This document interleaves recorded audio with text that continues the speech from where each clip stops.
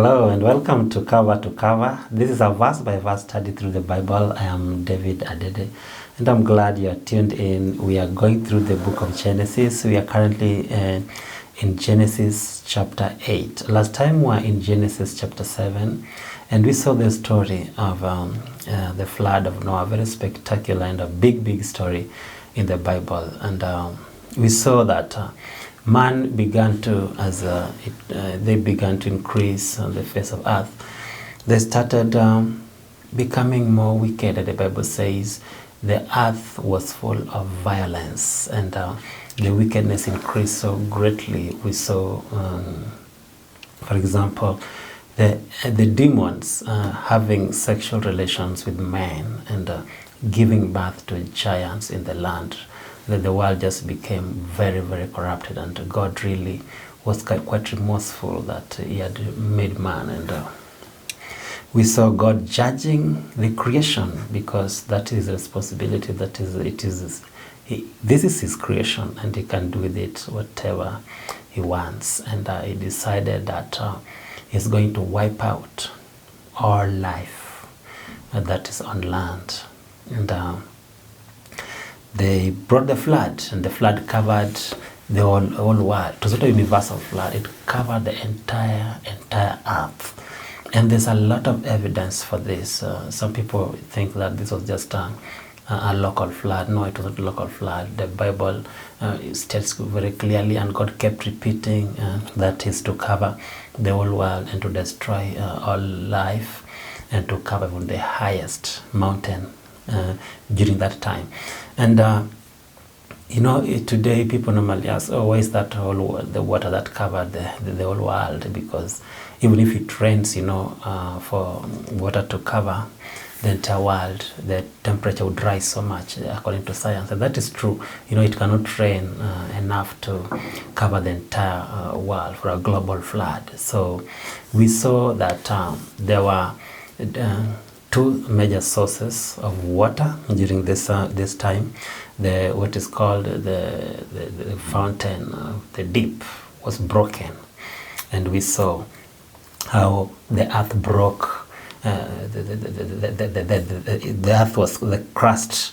The earth itself was split, and then fountain water was coming from deep within the earth's interior to cover the whole world. At the same time, there was water that was coming from above, the canopy, water canopy being broken, that which we saw in Genesis when God created a vapor water around the earth.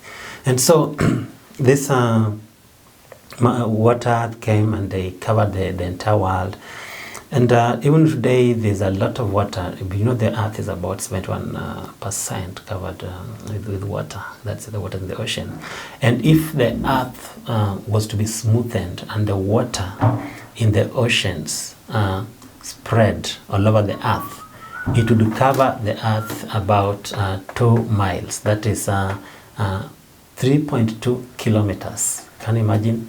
That would be the depth which water is going to cover. It can be spread all over the earth, and it would be about 2 miles above the earth. So there's a lot of water today to cover the entire earth. So besides that, we have the fossils, and there are billions of dead things that are buried. Not just buried, but systematically buried and are preserved in an amazing way. It is not easy to preserve a fossil. Even today, if something dies, scavengers always come, and within a few months or years, they are no more.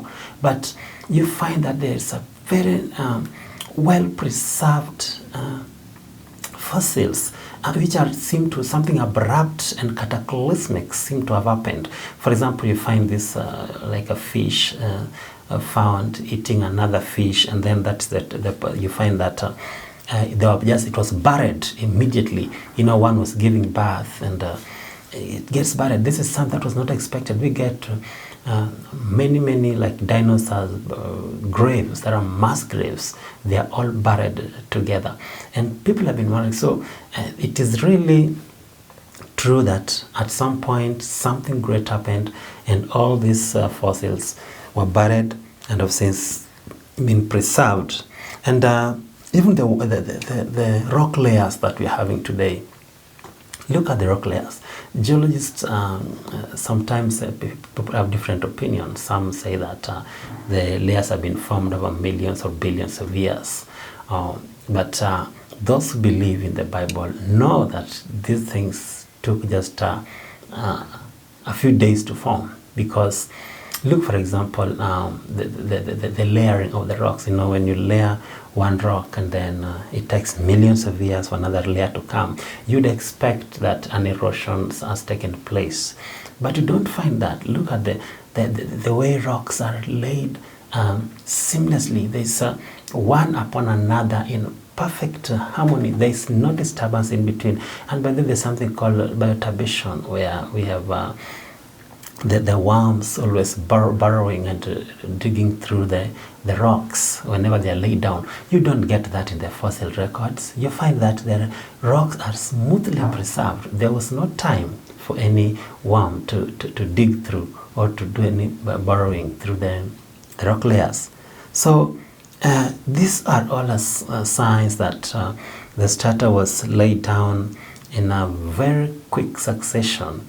And the idea of millions or billions of years don't arise at all. For example, we have this what we call polystrate fossils, like this tree that you can see is cutting across two coal seams.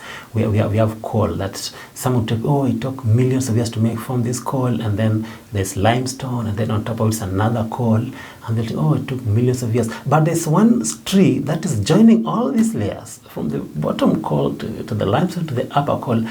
How long was that tree standing? Was it standing there for millions of years? No, it doesn't make sense. These things were formed within a very quick time. In fact, some scientists have said that they can make oil or coal in just a few minutes. They're saying what took Mother Nature millions of years to make, they can make in a laboratory in a few minutes. How sure are you that it took Mother Nature millions of years? Mother Nature is more powerful than you. I think it took Mother Nature even a shorter time to make it than we are making it in the lab today. So all these are signs. There's a lot of evidence that indeed the flood did cover the entire earth. Earth was covered the flood. So this is what the judgment did. That is how God is. The Bible says the wages of sin is death. And when man decided to rebel, continues against the Lord decided to judge. And that's not the last time that God would judge the earth. God would always judge the earth if people refuse to listen to him, when people are rebellious, people are rejecting him. He would always judge. And so today we are continuing with this story. Last time we left Noah somewhere just floating in the water, and the rains are just continuing, and the deep is open, and the water is coming, and the flood is increasing and increasing. And today we want to see what's happening. So let's pick it up from chapter 8 and verse 1. Then God remembered Noah and every living thing and all the animals that were in the ark.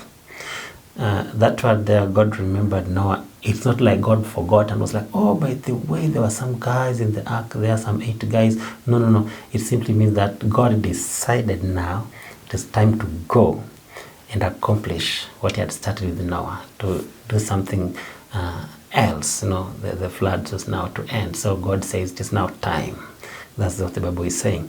So God remembers Noah and every living thing and all the animals that were in the ark. It's amazing how God always mentions animals. We would easily forget about this, but God every time he wants to destroy, he said, I will destroy and the animals. And if he's saving, he said, I'll save and the animals.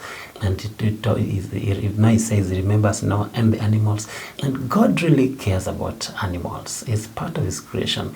You remember in Nineveh when he sent Jonah to go and destroy, to pronounce judgment upon Nineveh, and Jonah was angry that God didn't destroy the city, and God was saying, surely you don't have pity over the 120 people who could not tell the right from left. I believe was talking about children. And then it says, and animals. God remembered that there were also animals in the city of Nineveh. So here we see God remembering not only the 8 people in the ark, not just Noah, his 3 sons and their wives, but also the animals. And God made a wind to pass over the earth, and the waters subsided. Bible is full of a lot of science. We would have known that by blowing through the water, evaporation would take place faster, or water would subside. But we get that here, that God commanded. And the Bible talks about this in the book of Psalms 104. It's very interesting insight. We are told how it happened. It says God rebuked the waters, and the waters fled. And as the waters fled, the mountains rose, and the valleys were created, and the waters went into the valley, and God commanded them that they should not pass the boundaries. Now, this answers critics who are always saying that, look, the water in the world today, if it is spread, it would only go 2 miles above the earth. But there are taller mountains like Mount Everest that are way above the 2 miles. Well, that is true. We have higher mountains taller than that, but you see, these mountains were created when the flood was receding. That's why we are told the mountains rose. And there's a great cataclysmic event that will take place, a flood, a magnitude that is a global flood, would leave a lot of devastation, would leave a lot of change in the landscape. Not only did it split the continents, as we were saying last time, initially the entire earth, we never had continents spread far apart and separated by the water. They were all one place. We see, for example, the way South America can fit into Africa, and become like one landmass. But now, after the flood, they were split apart and they went far away. And you see, that is the effect of the flood. And a lot of things have happened during that time. The valleys were created. The Bible says new mountain ranges formed. When you look at the mountain ranges and the ocean ridges, they are just parallel to each other. It is a very, very interesting thing that went on there. The Bible doesn't give us the details, but a lot is left for us to observe. So we are told that God rebuked the water, and the water subsided. Verse 2 says, the fountains of the deep and the windows of heaven were also stopped, and the rain from heaven was restrained, and the waters receded continually from the earth. At the end of 150 days, the waters decreased. So after that, the water just decreased, and finally the waters decreased until the ark was able to settle on Mount Ararat, as we shall see when we come back. This is Cover to Cover. I'll be right back. I'm David Adede. Hi, this is Cover to Cover. I am David Adede. Please subscribe to our channel. Also remember to click that bell so that you can be notified whenever we upload a new video. Welcome back. You are on Cover to Cover, a verse by verse study to the Bible. I am David Adede. Genesis chapter 8 and verse 4. Then the ark rested in the 7th month, the 7th day of the month, on the mountains of Ararat. And the waters decreased continually until the 10th month. In the 10th month, on the 1st day of the month, the tops of the mountain were seen. So it came to pass at the end of 40 days that Noah opened the window of the ark which he had made. Then he sent out a raven, which kept going to and fro until the waters had dried up from the earth. He also sent out from himself a dove, to see if the waters had receded from the face of the ground.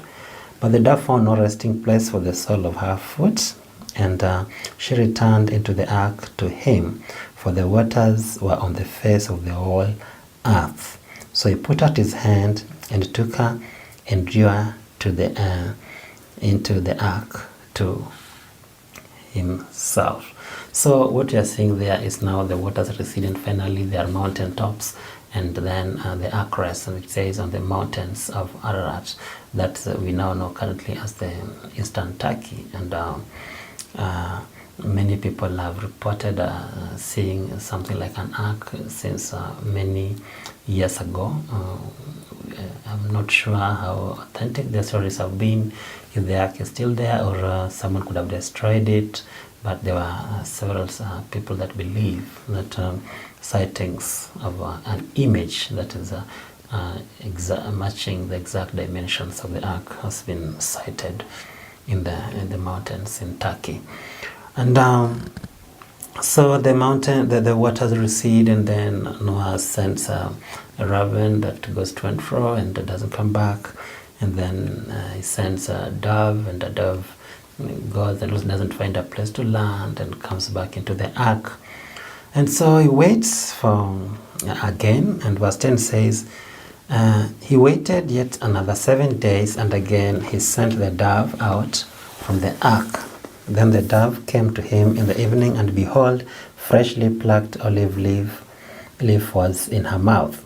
And Noah knew that the waters had receded from the earth.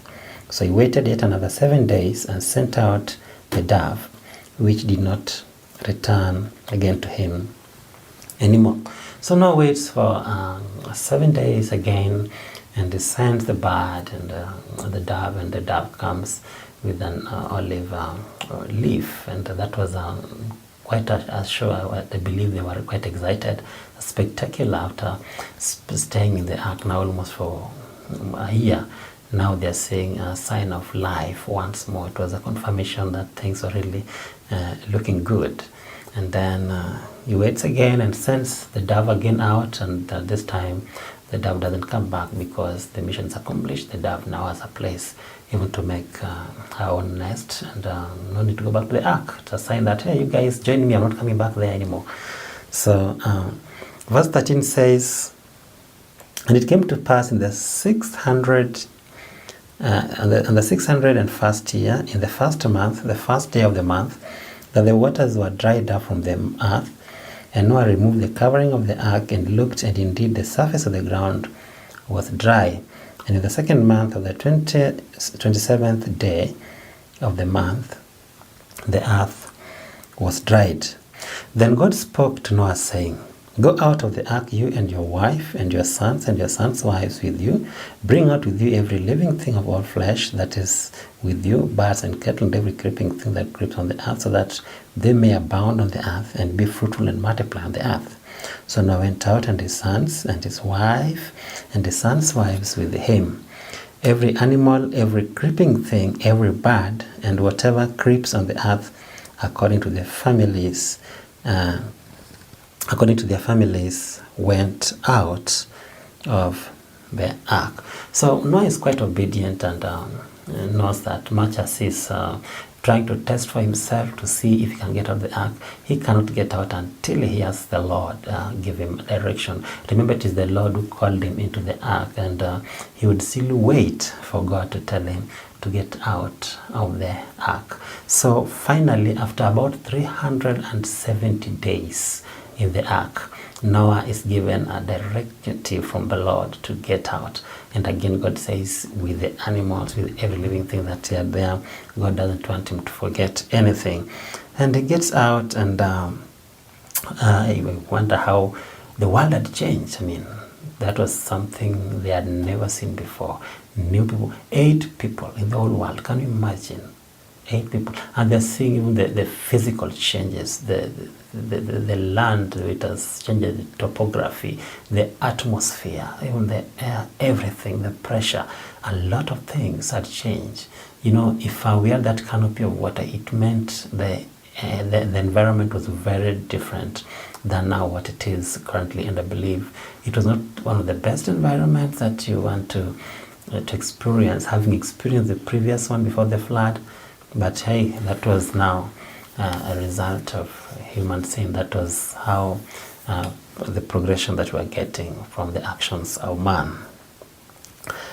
Verse 20 says, then Noah built an altar. Now this is the first time with the altar is mentioned in the Bible. Of course, maybe it had been there. We saw some sacrifice had been made earlier, like Abel and Cain were making sacrifices. They might have had an altar, but now for the first time, the idea of altar is being introduced to us, not as a concept, but it is being named. So verse 20 says, Noah built an altar to the Lord and took of every clean animal and every clean bird and offered burnt offering on the altar. And the Lord smelt a soothing aroma. Then the Lord said in his heart, I will never again curse the ground for man's sake, although the imagination of man's heart is evil from his youth, nor will I again destroy every living thing as I have done. Wow. So Noah gets out of the ark, and the first thing that he does is to build an altar. Noah was a worshiper. No wonder the Bible tells him he was a preacher of righteousness in a very adulterous and evil and wicked generation.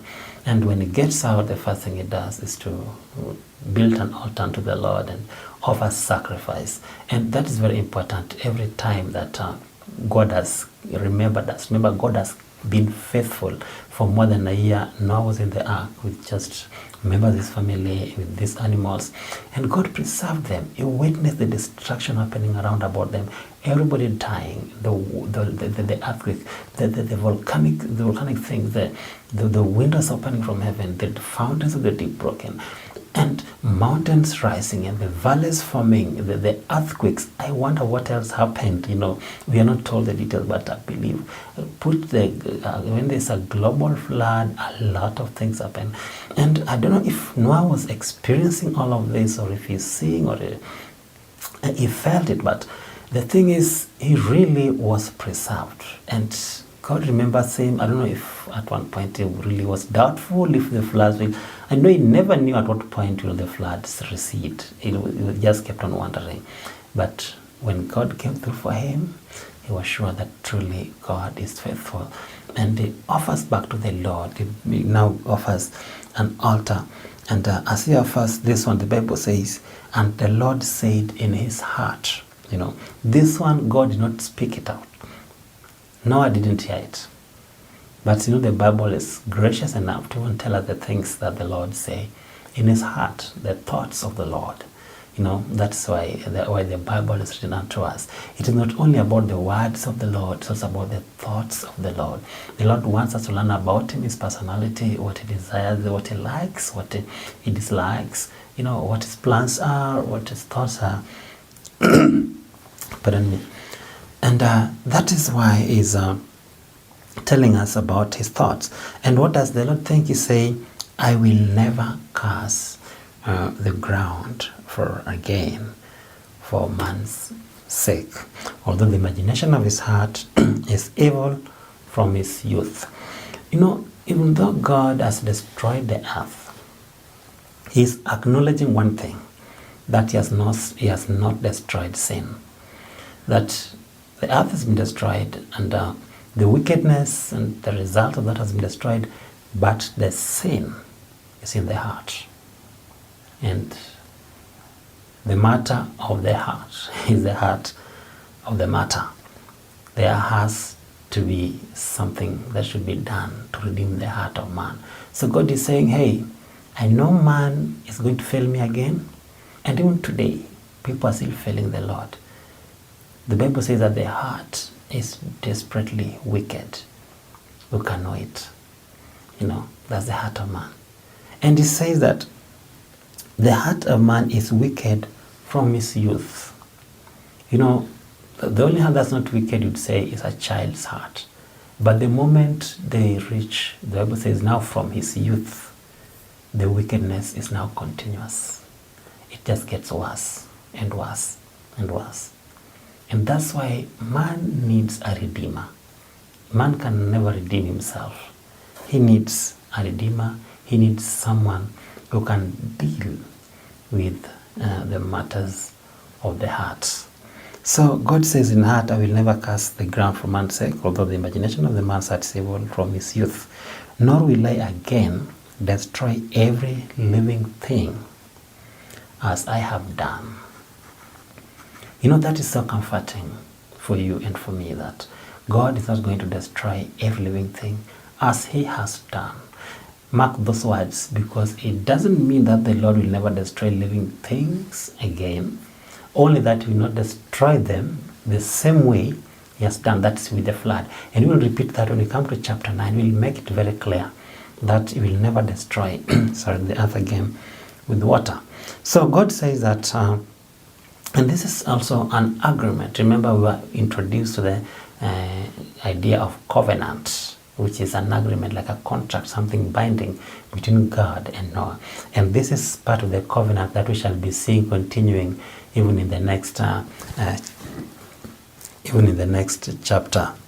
So he says, "We will not destroy again, living through the years done." Then verse 22 says, "While the earth remains, seed time and harvest, cold and heat, winter and summer, and day and night shall not cease." And that is another great promise, that now the seasons will be there. There'll be summer, there'll be winter, there'll be seed time, there'll be harvest time, there'll be day, there'll be night, shall not cease. That's why you can always take it to the bank, that the sun will rise in the morning, it will set in the evening, it will rise in the morning, it will set in the evening. That's an ordinance of God that shall never cease in this age to come, as long as the earth remains. That's important to note, as long as the earth remains, because the time when the earth will be no more, and then these things will cease to be. But as at now, they have to be there. What an amazing promise that has given us the surety, that has given us the confidence to live, that we are going to live this life to fulfill God's purpose, that there will not be any interruptions. There's no cataclysmic event that's going to destroy the earth, not meteorite. Don't get worried about anything. God's purposes must stand. He has promised the earth is going to remain until he will come in the judgment day. That is the time we had today on Cover to Cover. Thank you for tuning in. And until next time, I've been your host, David Adede. God bless you and take care.